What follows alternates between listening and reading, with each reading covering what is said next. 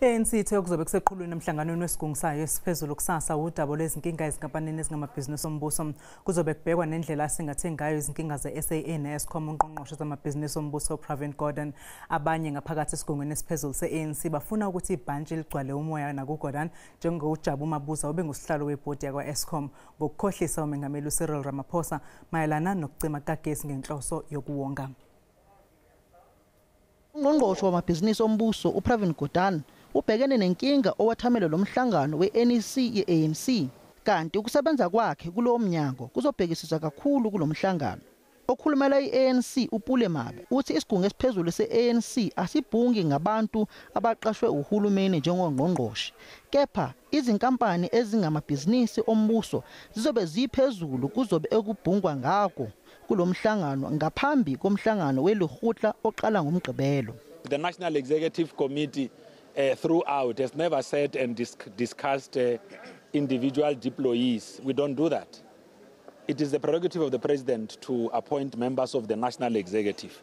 We have got full confidence in all of the comrades that serve in the National Executive, those that are ministers deployed by the African National Congress. And we still believe in their ability to implement our own resolutions coming out of the 54th National Conference.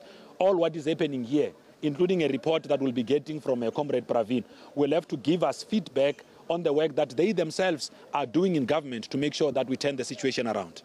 Uhlelo lwezinguquko zomhlaba nalo luzobe liyingxenye ozobe kuxoxwa ngako kule mhlangano we-ANC.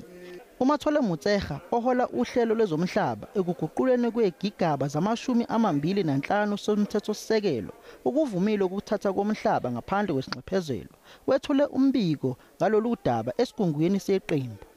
We are also looking into the question around the amendment of Section 25 of the Constitution, which has got largely to do with the expropriation of land without compensation.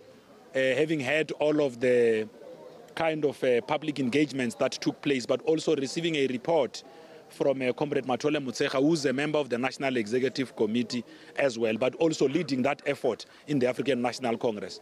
I-ANC ithi izophuthumisa ukuhlinzeka kwezomphakathi nezidingo nqangi bese iphuthumisa iziphumo zengqungquthela yango-2017. Kepha ukungaboni ngasolinye ukubandakanya uNgqongqoshe uPravin Gordhan kuyikho okusezithebeni zomhlangano okwamanje. Ngusamkelo Maseko ezindabeni zeSABC News ePitoli.